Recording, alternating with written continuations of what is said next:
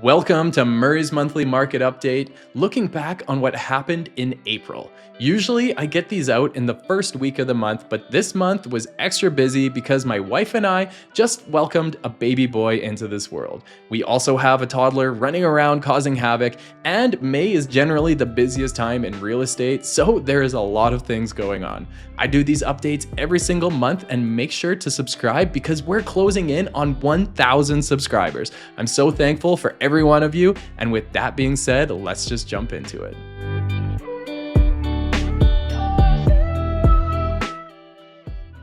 I'm going to start by going over the Lethbridge housing numbers for last month, starting with the average sold price. We ended the month with an average closing price of $374,000. That's an increase of $6,000 or 1.6% from the previous month, and an eye-watering increase of $39,000 or 11.6% increase year over year. It is also the second highest closing price in Lethbridge's history.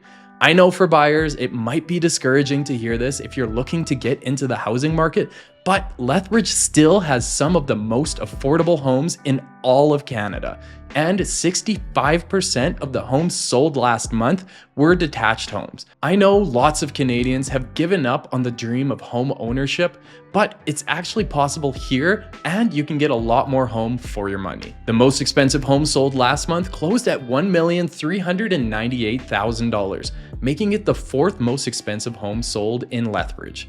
It was an over 2,100 square foot new build in Gold Canyon Estates with coulee views.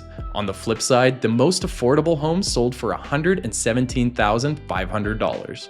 Moving on, let's break it down and look at the average price of the four main property types here in Lethbridge for the month of April. The average detached home was $428,000. That's up 14% year over year. The average apartment price was $217,000, and that's up 19% year over year. The average half duplex was $336,000. That's up 29% year over year. And finally, the average townhome was $280,000, and that's up 8% year over year. So everything is up, and it's not really surprising considering Alberta is the fastest growing province in Canada. There were 195 total sales, which is up from last year in April when we had 182.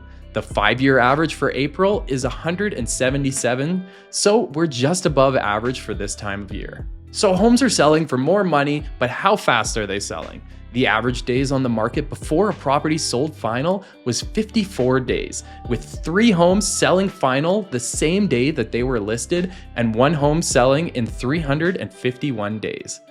54 days on the market is below our 5-year average of 73 days on the market for the month of April. However, if we look at detached homes between $300,000 and $400,000, they were selling final in just 35 days, so significantly quicker. That means sold final, all conditions waived. If you're thinking about buying a home in this price range, or really in any price range, you need to download my app. There's a link in the description. The reason why this app is so powerful is it allows you to see if homes are already under offer. REALTOR.ca and other similar websites will not show you if a property is pending, and this could save yourself a lot of time, especially considering over a quarter of all our listings are currently under offer. Months of inventory for last month was 1.6 months of inventory. That's about as low as it gets in Lethbridge, and that means if no new homes were listed, we would run out of properties in about 6 weeks at the current rate of sales. Now some news that could affect our local market. The government has recently changed the mortgage rules to allow 30-year mortgages for first-time buyers, but it only applies to new-built homes. This should help even more buyers get into the market and possibly spur on more housing construction in the near future. They also announced some proposed changes coming to taxes on capital gains. I don't think this will have much of an effect here in Lethbridge because it only applies to capital gains on over $250,000, and selling your primary home is exempt from capital gains anyways. Ottawa claims that it's only going to affect 0.13% of Canadians per year. I personally think it's higher, but we'll have to wait and see. If approved, the changes will come into effect in June. And finally, some exciting news regarding passenger rail service.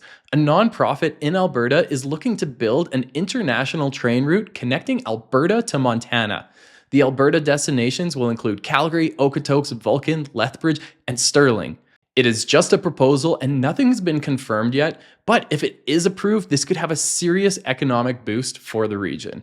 There have been talks of trains in Alberta for as long as I can remember. I will definitely be keeping my eye on this, but I would not hold out too much hope. Maybe my son that was just born will be able to see this in his lifetime. Anyways, that's all for the update. Thanks for watching, and I'll see you in the next one.